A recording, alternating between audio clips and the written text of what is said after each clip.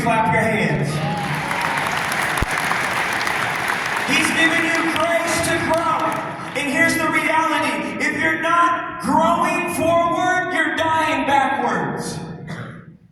You've got to grow forward. You've got to grow forward. You have to grow forward. There is a progress that growth demands, not perfection.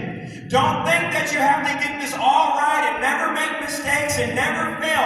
A righteous man falls down 7 times, but he gets back up. This is progress, not perfection. But you do have a God-given grace on your life to grow. You can grow this year. You can grow spiritually this year. You have permission to fight the drift of complacency and to merely run on fumes and the experiences of your parents and just the context of your local church and whatever your youth pastor suggests you do.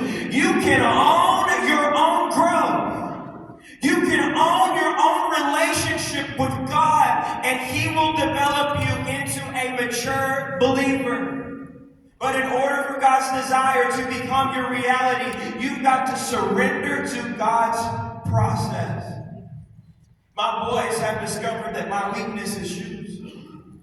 I have a shoe problem. It has created issues in my marriage. I would not suggest having this issue. I need more closet space. I need more shelves. I need more boxes to put them in. It's an absolute problem. I even give shoes away. I give them away. I donate them. I sell them. I do all types of things. And I still have too many shoes. And my boys figured this out. They figured out, hey, Dad loves to buy shoes. So you know what all I have to do is? I just have to go tell Dad, hey, Dad, these shoes, they're too small. It's like they love, there's some joy that they get in coming to tell me, Dad, I grew out of it. I don't know if they love the idea of getting new shoes or if they have discovered the reality that what they had been wearing no longer had the capacity to hold the growth that they were going through. And I wonder if you're aware of the fact that you have been growing.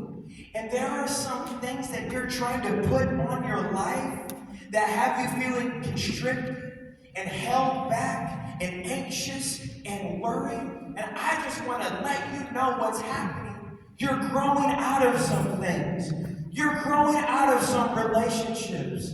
You're growing out of some friend groups. You're growing out of some small youth-centered dreams. And God is growing you up for a God-centered dream. You're growing out of it. And you have permission to grow. They love to say, Dad, this doesn't fit anymore. And I think you guys need to get that in your language.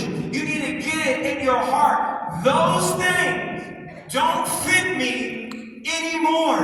There are some places you're trying to put yourself in that you have outgrown. You've outgrown certain attitudes. You've outgrown rolling your eyes at the people who are trying to help you. You've outgrown isolating yourself with your pain. You're growing into confession and vulnerability.